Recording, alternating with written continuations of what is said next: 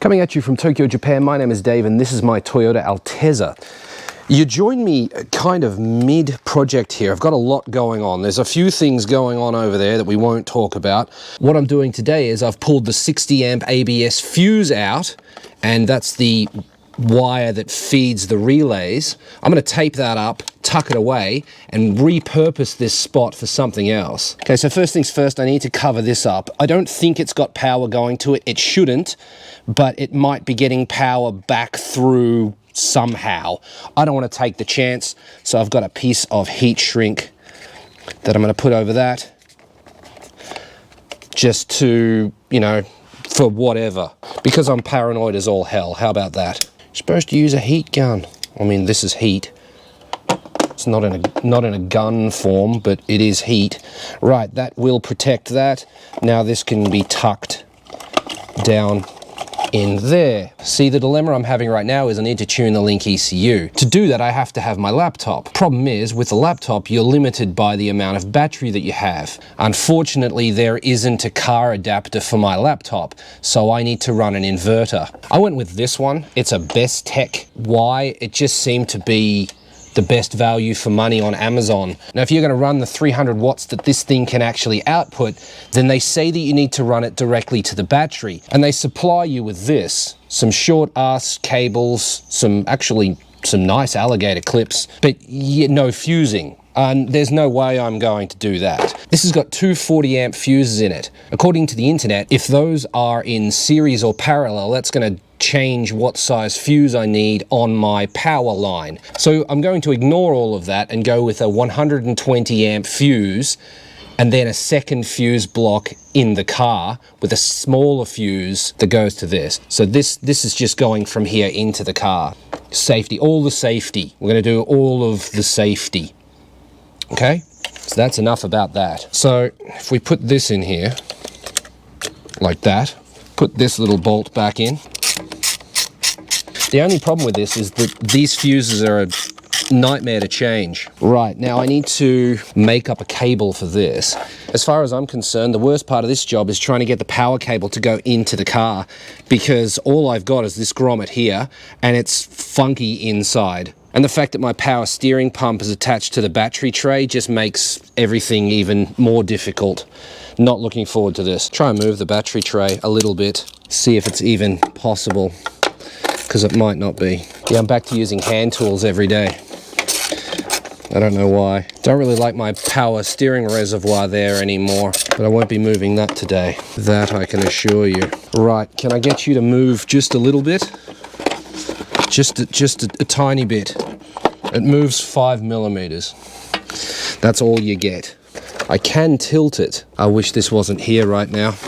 Wish I had a tent right now. This is the wire I'm going to attempt to use. It's high quality car audio, AUDEA. It's quite solid stuff. I believe in it. I trust it. Just from here down to the passenger footwell, or maybe even under the passenger side seat. It's really never easy. I don't like doing this. Oh. Could you lift up at all? Could you? Could you lift? Do you even lift, bro? How come you won't even lift up a little bit? I've got my hand under here at least. Could I get you to go? Could I interest you in going in here? It's good for your health if you go in here. Breathe, Dave, breathe. How far have you got so far? Not at all. That's 2.5 minutes and haven't even made a dent in it. I've had a breakthrough. Still haven't got the wire in, but I've had a breakthrough. I'll see if I can show you. All the OEM wires go through that rubber down there, and then the grommet here slips over that rubber ring. So when you're trying to force stuff through, you just hit this rubber ring here and it screws you up. You can't get anything through.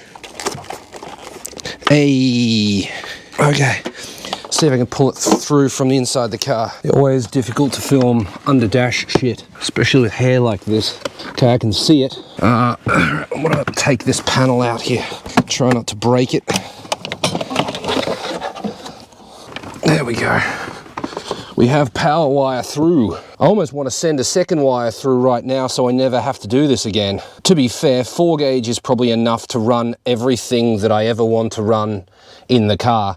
A 5-channel amp, this inverter, and whatever else.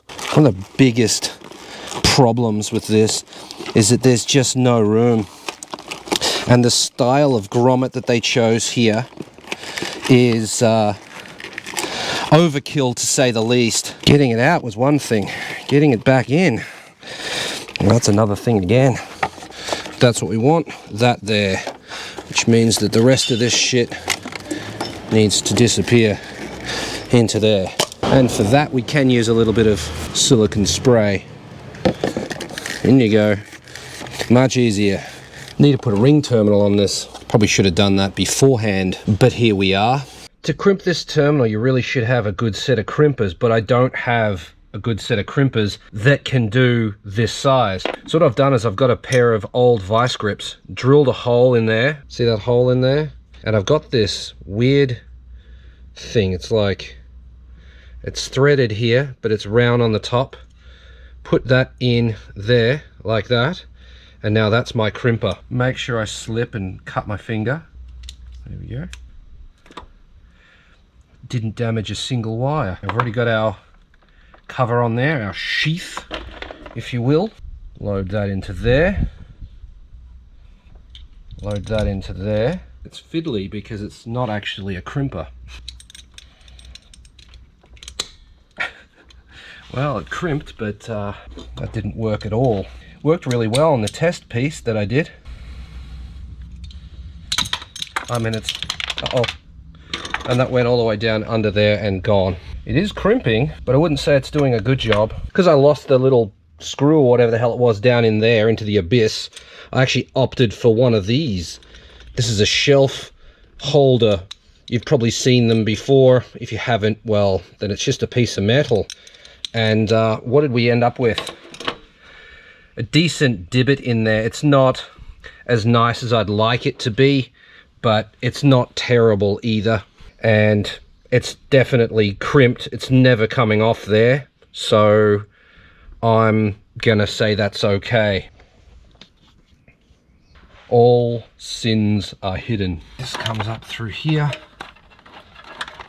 I didn't even check to see if this fits. It does. Look at that. There we go. Little screw. This one's a 10mm. On the other side it's 8. Very weird. That fuse no longer does ABS. Got it all put back together with a new fuse and the new wire going through. You can see it there. Runs underneath the battery tray there and then in through the grommet. So I just need to wrap that in tape. This is not easy. Well, then again, what is on an Altezza? I need to do a continuity check. Yeah, I should have done this before I put it all back together. Okay, so that should have constant power all the time. I'm going to check the wire at the other end. Let's see if this, it will be at this point, but we're just going to humour me. This is the positive terminal. So, yeah, we're good. All right, so we'll be able to put that to good use once the battery's back in. I liked this idea because I didn't want to put like an audio fuse or something anywhere here. I wanted it to be stealthy, and there's no more stealthy than that. I think in the future I could actually use these other slots for things as well. And my audio install in the engine bay is done, like all the power. It's perfect. Battery's in there, not going anywhere. Undo that one. Yeah. Undo that one. Slide the seat back. Undo this one. Undo this one. Okay, now my goal is to get this running all the way through underneath the carpet and then pop out through here. Through. Done.